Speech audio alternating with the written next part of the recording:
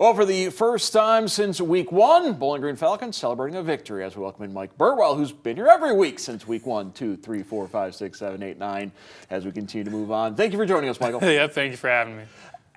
I know there's a segment of the Falcon fan base that is going, we struggled to beat Akron, woe is us. But this was a good win for BG for many reasons. Yeah, it really was. I mean, they hadn't won a game in over a month, so that's something to consider. You know, you had 3 straight losses. You had a bye week in there. Those 3 losses were just brutal by 16 total points. A couple of those definitely could have gone their way, if not all 3 of them. So the fact of the matter is BG found a way to pull out a win, and I think that's enormous. I mean, of course, Akron is struggling, but, you know, it's on the road, you know, away from home, and I think BG just made the plays late on both sides of the ball that they hadn't made in those prior weeks. You know, they gave up 10 straight points to make it tied at 20. Marched right down the field, took the late lead with 2.5 minutes left, and then got the defensive stand in the final minute, which they did not do against Old Dominion. So I think there's a lot more positives to take away, and it is hard to win in the MAC. I mean, the MAC's crazy. Like every week, like what's going to happen? Like it's just so I think for the most part, you got to look at this as BG pulled out a win, and that's it. Even though, you know, maybe they should have won by a lot against Akron, but they pulled out a pretty good win. The MAC is crazy, the MAC is unpredictable, but one thing we always know is we're going to end up talking about Harold Fannin Jr., the Bowling Green tight end, game-winning touchdown against Akron. He is such a good tight end. You know teams are going to key on him. So part of Scott Loeffler's mission is to find creative ways to get him the ball. They did so against the Zips. Yeah, they sure did. He had obviously the game-winning rushing touchdown. He runs in motion left and gets a handoff from quarterback Connor Bazelak and a couple nice blocks, and he stiff arms a couple guys and he finds the end zone.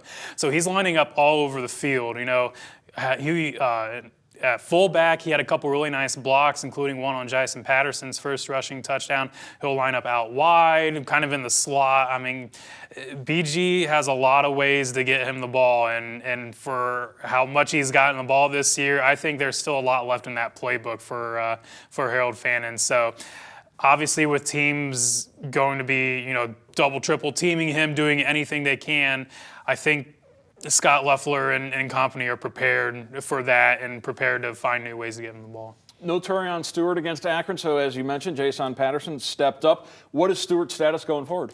Hoping to be back this week. I think they were hoping and maybe expecting him to play against Akron last week, but maybe a last-minute decision. I know he didn't practice the whole week, which Scott Loeffler, I mean, I think they want him to be practicing and not just go in kind of cold turkey. So, but it's looking like he should be back this week. But unfortunately, with his injury history, we'll just have to wait and see until Saturday. Falcons back at Deutsch Perry on Saturday, taking on Northern Illinois, a Husky team that a few weeks ago made all the headlines by knocking off Notre Dame. But they followed that up by losing to Buffalo. So it's a 3-2 Husky team coming into Deutsch Perry. Yeah, I mean, obviously the huge win at Notre Dame. I mean, that's remarkable, and a couple tough losses since then. But the fact of the matter is, BG has their hands full big time this week.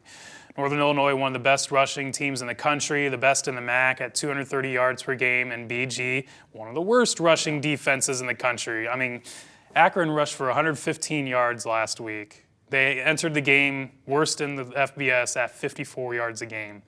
A couple huge runs early in the game. I mean, there's some huge concerns on that BG defense. I mean, they just haven't stopped anyone this year, and now you're going up against the best rushing defense or best rushing offense in the MAC. I mean, They've got to figure something out, and it's so interesting because their entire defensive line was back from last year. But I mean, you kind of look at the linebacking core. There's a lot of missing pieces. You know, last year you had a guy like Darren Anders, fifth-year senior linebacker who's played a ton of games. Cassius Howell obviously went to Texas A&M.